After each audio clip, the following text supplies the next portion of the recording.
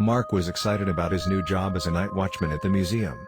He was tasked with guarding an ancient artifact, a cursed statue that was said to bring misfortune to anyone who touched it.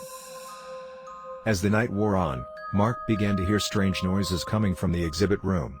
He dismissed it as his imagination, but the feeling of unease stayed with him. Suddenly, the statue began to glow with an eerie red light. Mark could feel his heart racing as he watched in horror as the statue's eyes opened and stared directly at him.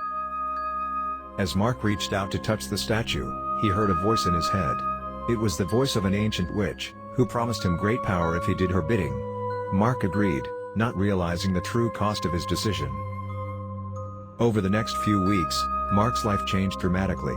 He became rich and successful, but also cruel and ruthless. He didn't care about anyone or anything except himself and the witch's power. One night, as Mark was leaving the museum, he saw a figure waiting for him in the shadows. It was the ghost of a young girl, whose parents had died because of Mark's actions. She was seeking revenge. Mark tried to run, but the ghost was too fast. She cornered him in the exhibit room, where the cursed statue stood. Mark realized too late that he had been tricked by the witch. The witch's voice echoed in Mark's head, laughing as the ghost exacted her revenge. But then, the ghost turned towards Mark and said, "You've been a pawn in her game. Now it's your turn to be cursed."